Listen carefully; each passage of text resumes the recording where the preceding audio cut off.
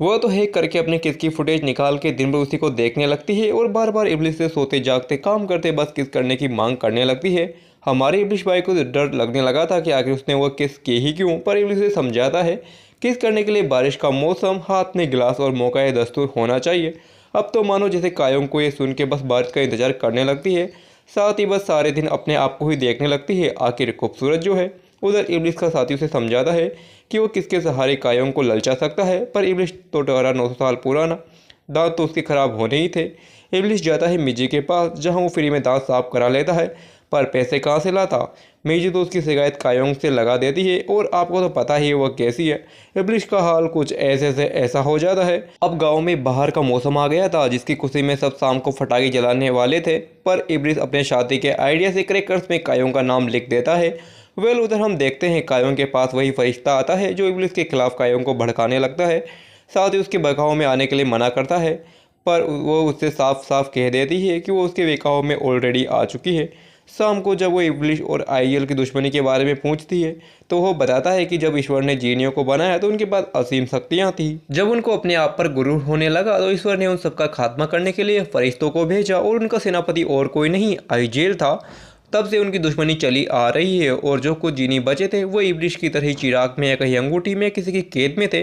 तभी हम देखते हैं गांव में कुछ लोग रहने आए थे, जो कि और कोई नहीं बल्कि कायोंग का दोस्त था।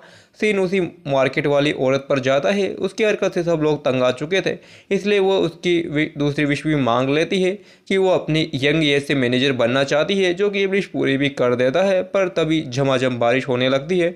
क्या बारिश से कुछ याद आया? कायोंग तो किस करने की पूरी तैयारी करने लगती है, यहाँ तक कि वो ड्रिंक्स भी ले लेती है, पर अफसोस इब्लिस कहीं जाके छिप गया था। वो उसे हर जगह ढूंढती है पर वो उसे कहीं नहीं मिलता। इतने में बारिश भी रुक जाती है। बारिश रुकने के बाद इब्लिस उसके सामने आ जाता है। कायोंग तो बहुत ही ज़्यादा गुस्सा होने लगती है, आखिर किस जो करनी थी उसे। तभी हम देखते हैं कि उस पर हमेशा कुत्ते भौंका करते थे, ऑब्वियसली क्योंकि वो साइकोपैथ है। फिर हम देखते हैं इब्लिस कुत्ते से प्यार से समझा देता है कि वो आगे से कायोंग पर ना भौंके, नहीं तो इसका अंजाम बहुत बुरा होगा। साथ ही वो उसकी विश भी पूछता है, जहाँ कुत्ता बताता है कि उसे इंसान बनना है। तभी सीन एक हैंडसम और होठ चलने वाले आदमी पर जाता है।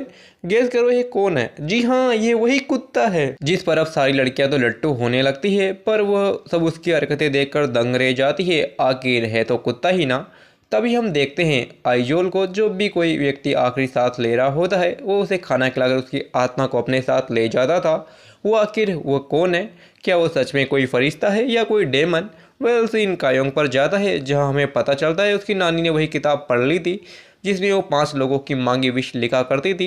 अब क्योंकि दूसरे लोग भी किताब पढ़ सकते थे तो कायोंग अपनी सीक्रेट जगह चाहती थी, इसलिए वह इब्लिस के चिराग को चुनती है। वही हमें पता चलता है जब कायोंग दोबारा इब्लिस को गलत साबित कर देगी तो आइजोल इब्लिस का गला काट देगा, पर कायोंग ऐसा नहीं चाहती थी, क्योंकि कायोंग बस जब तक ही जीना चाहती थी जब तक उसकी नानी जिंदा थी, क्योंकि उनके चले जाने के बाद वो फिर से बेकाबू हो जाएगी और ऐसा वो कभी नहीं चाहती थी। इसलिए वो इब्लिस को जीतने के लिए कहती है। इब्लिस को बहुत ही अफसोस होने लगता है कि आखिर ईश्वर ने उन्हें मिलाया है क्यों, और तभी वो लोग मस्ती करने लगते हैं। पर उधर नानी उस चिराग को जोर जोर से हिलाने लगती है, जिससे इब्लिस कायोंग के ऊपर गिर जाता है, जिससे तो उन दोनों का किस करने का मूड ही बन जाता है। अब आखिर बारिश तो हो ही रही थी और मौका दस्तूर भी था, पर ड्रिंक्स नहीं थी।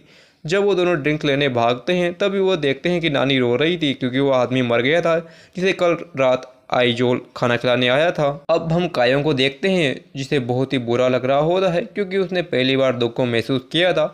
वह सोचती है कि अगर उसकी नानी भी कहीं मर गई तो वह क्या करेगी, इसलिए वो अपनी दूसरी विश भी मांगने का फैसला करती है, जहां वो चाहती थी कि उसकी नानी उसकी एज की हो जाए। वही से के साथ दी एंड हो चुका है। अगर आप कायोंग की जगह होते तो अपनी 3 ख्वाहिशें क्या मांगते, कमेंट करके जरूर बताना। Thank you for watching.